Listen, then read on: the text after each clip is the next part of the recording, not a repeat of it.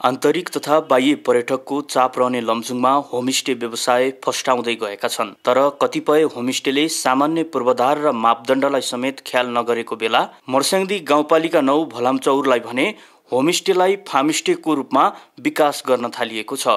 कृषि र पर्यटनलाई सँगै जोड्ने हिसाबले एग्रो टुरिज्मको अवधारणा अघि बढाइएको हो। केही वर्ष अघि मात्र सुरु भएको व्यावसायिक होमस्टेलाई कृषि परियोजनासँगै अघि बढाइएको छ।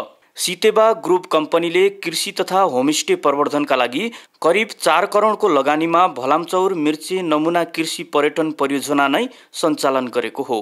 कम्पनीले कृषि तथा पर्यटन प्रवर्धनका लागि 100 रोपनी जग्गा 20 वर्षका लागि लिजमा लिएर काम सुरु गरेको छ। कम्पनीले स्थानीयसँग सम्झौता गरेसँगै होमस्टे व्यवस्थापन र कृषि उत्पादनका काम सुरु गरिसकेको छ। फार्मस्टे मार्फत नै अब ग्रामीण पर्यटनमा समृद्धि ल्याउन सकिने कम्पनीको भनाइ छ।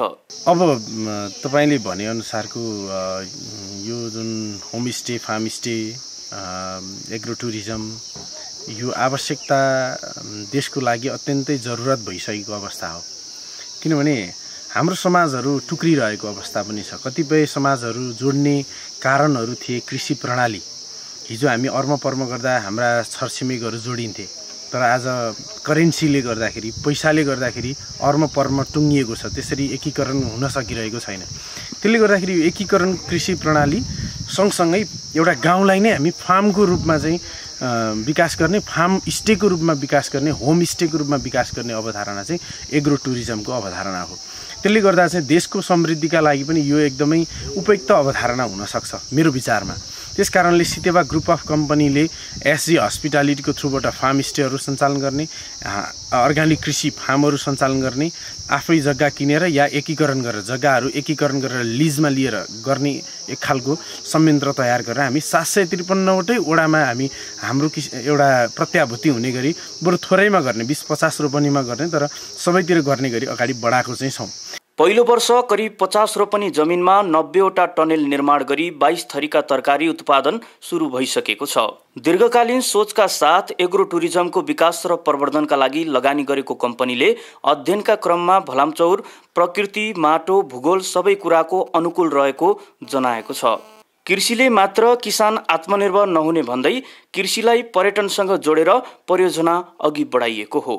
हामीले चाहिँ जस्तो एग्रिकल्चर सँगसँगै टुरिज्मको विकास, एग्रिकल्चरलाई प्रोडक्सन गरिसकेपछि त्यसलाई खपत गर्न चाहिँ टुरिज्म थ्रु भनौँ न पाहुनाहरू आउँछन् अनि हामीले उत्पादन गरेका चिजहरू खाइदिन्छन् र आफैले बारीमा गएर टिपेर आफै खाने खालको जुन सिस्टम त्यो पनि अर्ग्यानिक होइन, आफैले हेरेर विषादीहरू प्रयोग नगरेको, रासायनिक मल प्रयोग नगरेको स्वस्थ उत्पादन आफै खान पाउने गरी चाहिँ हामीले यदि पाहुनाहरूलाई पस्किन सक्यौँ भने चाहिँ फेरि यो एग्रो टुरिज्मको कन्सेप्ट चाहिँ सक्सेस हुन्छ र यसबाट चाहिँ अलिकति जस्तो टुरिज्मले फेरि एग्रिकल्चरलाई सपोर्ट गर्ने भयो होइन, र एग्रिकल्चरले फेरि टुरिज्मलाई सपोर्ट गर्ने भयो। यी एकले अर्कोलाई सपोर्ट गर्ने गरी चाहिँ हामीले एउटा खालको प्लानिङ गरेर यो भलामचौरलाई चाहिँ विकास गरिरहेका छौँ। र हाम्रो सोच भनेको चाहिँ भोलि चाहिँ यदि हामीले यो गरेको प्रोजेक्ट चाहिँ सक्सेस भयो, आँकडामा पनि प्रफिटमा पनि सक्सेस भयो र यसले सामाजिक रूपमा पनि एउटा खालको परिवर्तन ल्यायो, आर्थिक रूपमा गाउँलेको जीवनस्तर उकास्न सफल भयो भने चाहिँ फेरि यस्ता प्रोजेक्टहरू नेपालको ग्रामीण विकासको लागि चाहिँ एउटा उदाहरण चाहिँ हामीले बनाउन सक्ने सम्भावना चाहिँ छ।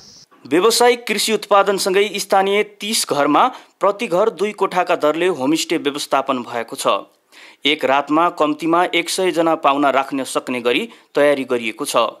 प्राकृतिक सुन्दरता र गुरुङ संस्कृतिको खानी भलामचौरको प्रवर्धन गरी पाहुनालाई स्थानीय स्तरमै उत्पादन भएका खानेकुरा मात्रै खुवाउने प्रवर्धकको तयारी छ।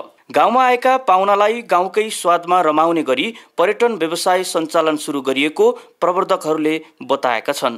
कृषि उत्पादन र होमस्टे व्यवसायसँगै स्थानीय 16 जनालाई कम्पनीले रोजगारी दिएको छ। रोजगारी नपाएर गाउँमै बेरोजगार बसेका पनि परियोजना सञ्चालन भएसँगै रोजगारी पाएका छन् भने नयाँ प्रविधिको खेती सिक्न पाउँदा दङ्ग छन्। हाम्रो स्थानीयमा रोजगार पाउँदा हामीलाई धेरै खुसी लागिरहेको छ। अब कृषि गर्दा नि धेरै फरकको कामहरू गर्यो, ड्याङ बनाउने, अनि सर्वप्रथम त हामीले यस्तो ड्याङ बनाउने थाहै थिएन कि। अब कृषिमा काम गर्दाखेरि ड्याङ बनाउने थाहा भयो। अनि त्यो जुन खोर्सानीहरू लगाउँछ नि हामीले 60-60 सेन्टीको बिचमा त्यो खोर्सानीहरू लगाउन नि सिक्यौँ।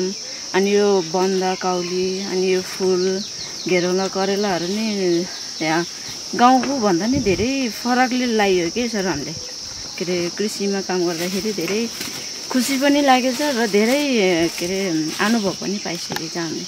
परम्परागत खेती किसानीले मात्रै दीर्घकालीन जीविकोपार्जन सम्भव नहुने देखिएपछि स्थानीय उत्पादनलाई जोडेर पर्यटन व्यवसायमा लागेका स्थानीय अहिले आफ्नो गाउँमा भएको कृषि कायापलटबाट छक्क परेका छन्।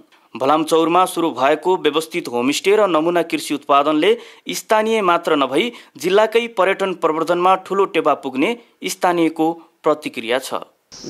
यो 82 धुरी नै एकदमै कृषि सँगसँगै होमस्टेलाई पनि एकदमै अगाडि बढाउँदै गइरहेको छ र यसमा चाहिँ अहिले हाम्रो यहाँको जनताहरू पनि एकदमै खुसी एकदमै उत्साहको साथमा लागिराख्नु भएको छ यो कृषिमा पनि र यो होमस्टेमा पनि। सदरमुकाम बेसी सहरबाट भलामचौर पुग्न 13 किलोमिटर पर्छ। फार्मस्टेले नै अब ग्रामीण पर्यटनमा छलाङ मार्न सकिने भएकाले पनि यसलाई राज्यले समेत जोड्दै लग्नुपर्ने प्रवर्धकहरूको भनाइ छ। भलामचौरमा सुरु गरिएको कृषि र पर्यटन जोड्ने अवधारणालाई अन्य होमस्टे गाउँहरूले पनि सिक्न जरुरी छ।